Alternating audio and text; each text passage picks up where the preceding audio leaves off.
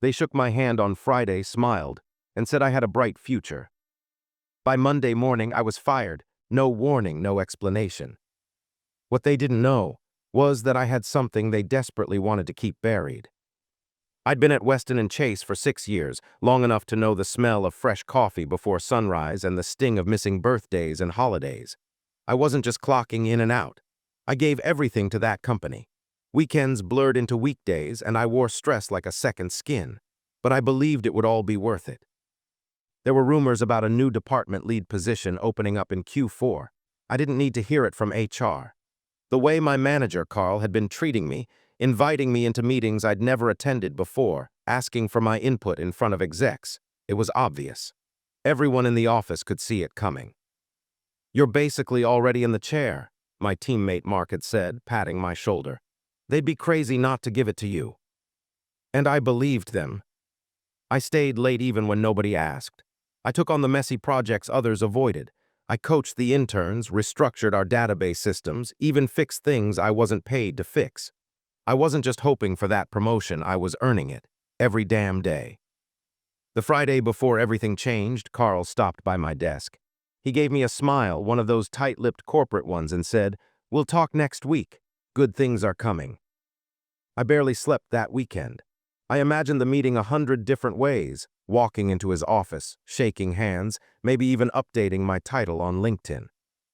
But Monday morning didn't go how I pictured it, not even close. I walked in and something felt off. People glanced at me, then looked away. Carl wasn't smiling. In fact, he wouldn't even make eye contact. I was called into HR at 10:17 a.m. sharp. No explanation. No thank you for your service. Just a printed sheet with words like performance misalignment and restructuring. I stood there holding the paper in my hand, unable to speak. It felt like the ground had cracked beneath me. The promotion never came. Instead, they gave me a box to pack my things. I stared at the HR manager's lips moving, but the words barely registered. My ears buzzed like I was underwater. All I could hear over and over was one question in my head. Why? She slid the termination letter across the table like it was a lunch menu. "Your position is being dissolved as part of internal restructuring. This isn't a reflection of your performance," she said, avoiding eye contact. "We appreciate your contributions." I wanted to laugh or scream, maybe both. Just last week, Carl was asking me to mentor a junior analyst. 2 weeks before that, I'd saved a major client account from walking away. And now they were telling me this wasn't personal. "I don't understand," I finally managed.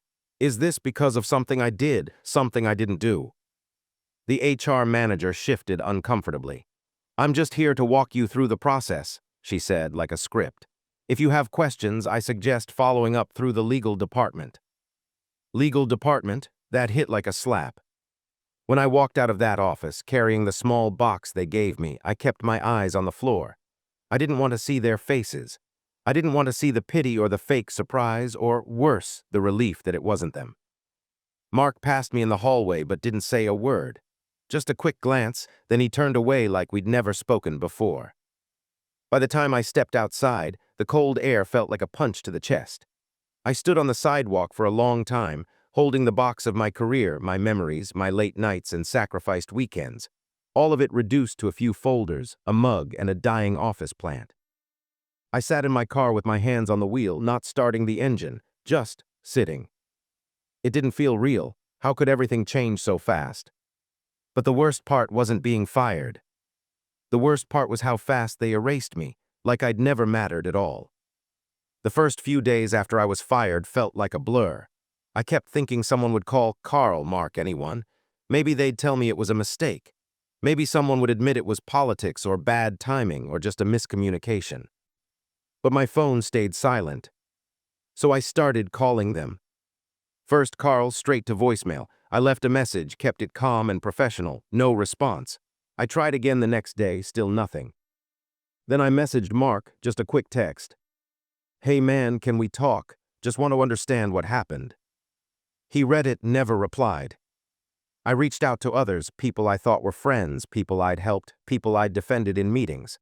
Suddenly no one remembered me, or they didn't want to. It was like I had a disease they didn't want to catch. Days turned into a week.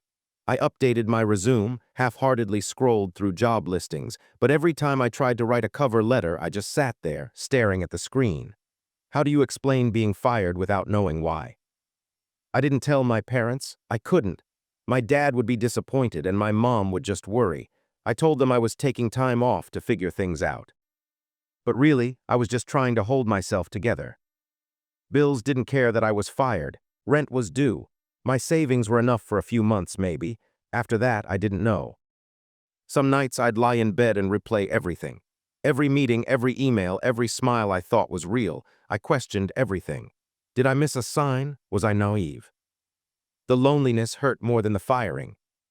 People always talk about how companies don't care, but I didn't expect my friends to vanish too. That was the part that broke something in me. I wasn't just unemployed. I was invisible. But then, while digging through my old things, trying to make space, trying to feel like I had control over something, I found something I didn't expect. An old flash drive buried in the back of my desk drawer. I almost threw it out. It was wedged under a stack of old reports, tucked in the corner of the box I'd brought home from the office. Just a cheap black flash drive, no label, no case. I turned it over in my hand a few times, trying to remember what it was. Curiosity got the better of me.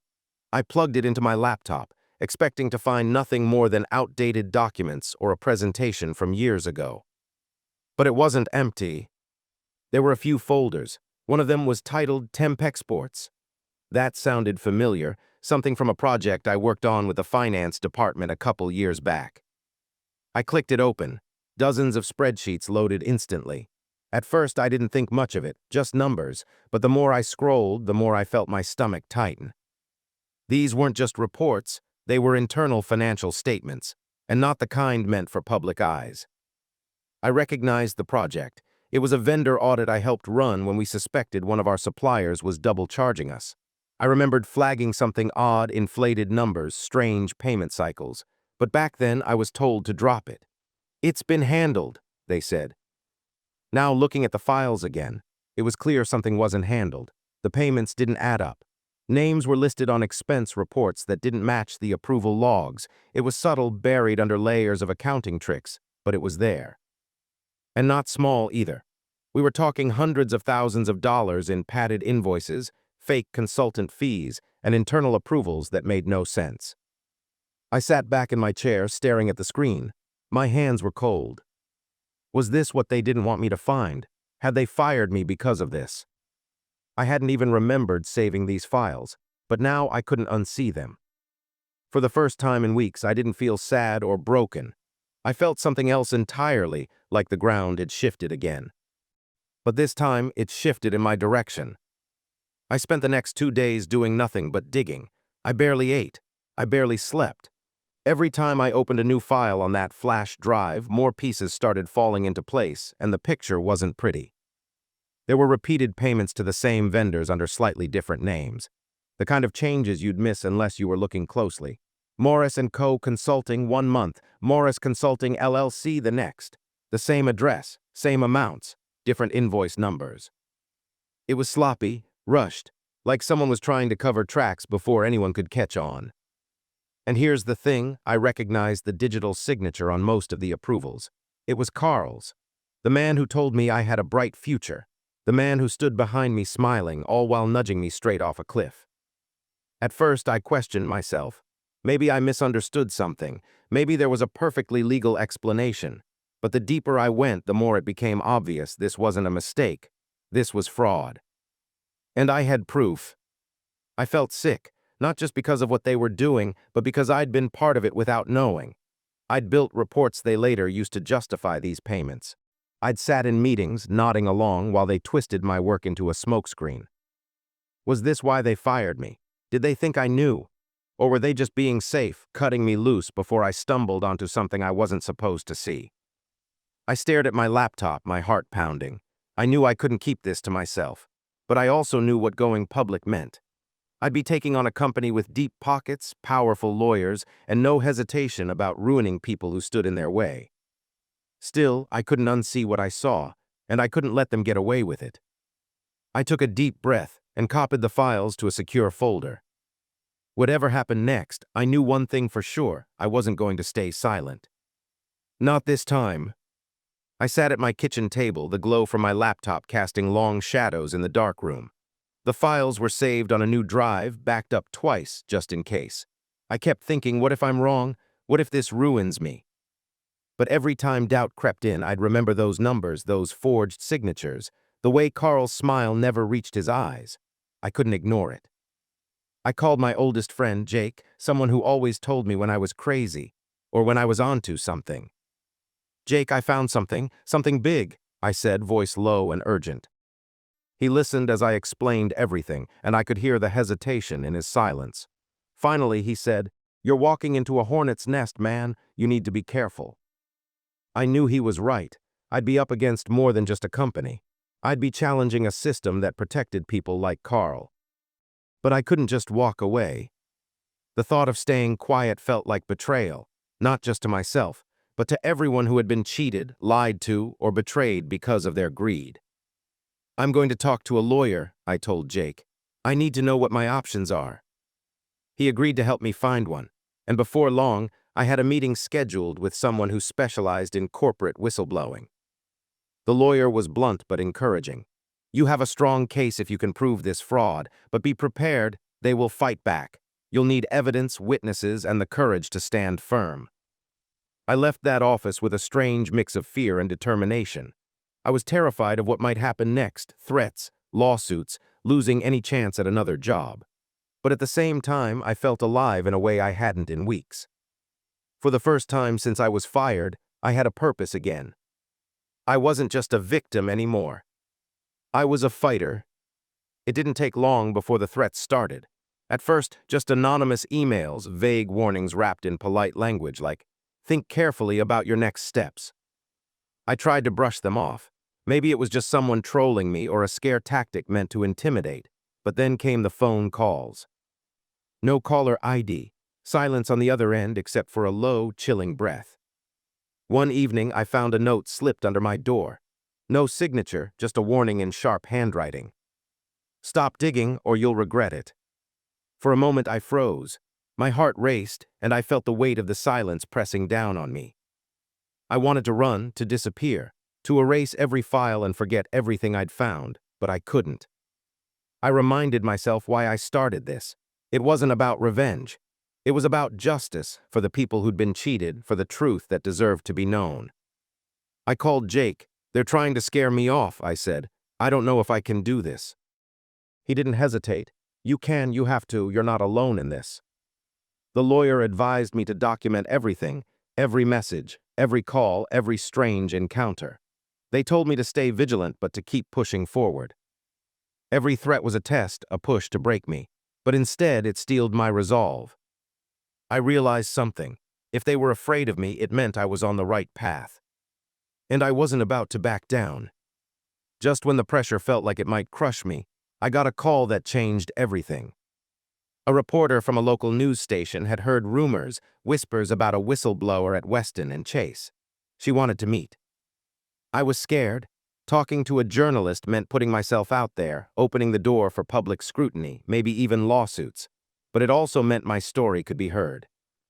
After days of pacing and sleepless nights, I agreed. Meeting her was surreal. She was calm but determined, someone who understood the risks and the importance of truth. She asked questions I'd never thought about. How did I find the files? What made me decide to speak up? Did I fear retaliation? I was honest, vulnerable. The interview stirred up every emotion I'd buried: fear, anger, hope. I realized this wasn't just my fight anymore. It was a fight for everyone who'd ever been silenced. The night before the interview was torture. Doubts swirled in my mind. What if I wasn't ready? What if I lost everything? But deep down, I knew the truth had to come out. The next day, I walked into that studio, heart pounding but head held high. I wasn't just a fired employee anymore. I was a man with a story that needed to be told. The bright studio lights felt like they were burning right through me as I sat down in front of the camera. My hands trembled slightly, but I took a deep breath and forced myself to stay calm. The host's eyes met mine, and for a moment it felt like the entire country was holding its breath with me. When the cameras started rolling, I told my story, From the moment I was fired without warning to the discovery of the fraudulent files, the threats, and my decision to come forward. It wasn't easy. Every word dug up old wounds, but I knew I had to speak clearly. This was bigger than me. I showed the documents I had uncovered, copies of invoices, emails, and approval signatures, the evidence no one wanted to see. The host pressed for answers I didn't have about who else was involved, what would happen next. I told the truth. I was just one man against a powerful company, but I hoped this would spark an investigation. After the interview aired, my phone didn't stop ringing. Some calls were supportive, from strangers who believed me, from whistleblower groups offering help. Others were cold, threatening, even furious, but I had already made my choice. That night, lying in bed, I felt a strange mixture of exhaustion and relief. I had stepped into the light and there was no turning back. No matter what happened next, I knew I had done the right thing. The days following the broadcast were a whirlwind. Investigators from regulatory agencies reached out. Weston and Chase issued vague statements, but the pressure was mounting, shareholders demanding answers, board members scrambling behind closed doors. I watched it all unfold from a distance, still cautious but hopeful. People started to believe me. Some colleagues reached out quietly, apologizing or offering support. It wasn't much, but it meant the truth was breaking through. Of course, I faced backlash. My name was dragged through the mud in some corners of the media. Lawsuits were threatened. I had to be careful, leaning heavily on my lawyer's advice. But despite everything, I found something I thought was lost: my confidence, my voice. I wasn't defined by the job I lost or the people who turned their backs on me. I was defined by standing up when it mattered most. Months later, the investigation led to major reforms at the company. Executives resigned or faced charges. The fraud was exposed, and the company had to repay millions. And me, I found a new path, not just in work but in purpose. I started speaking at events about whistleblowing, ethics, and the cost of silence. I connected with others who had faced similar battles. I learned that losing a job isn't the end. Sometimes it's the beginning of something bigger. And if I had one thing to say to anyone feeling powerless or erased, it would be this: your voice matters, your truth matters. Don't ever let anyone make you feel invisible. Because sometimes the darkest moments are the ones that light the way.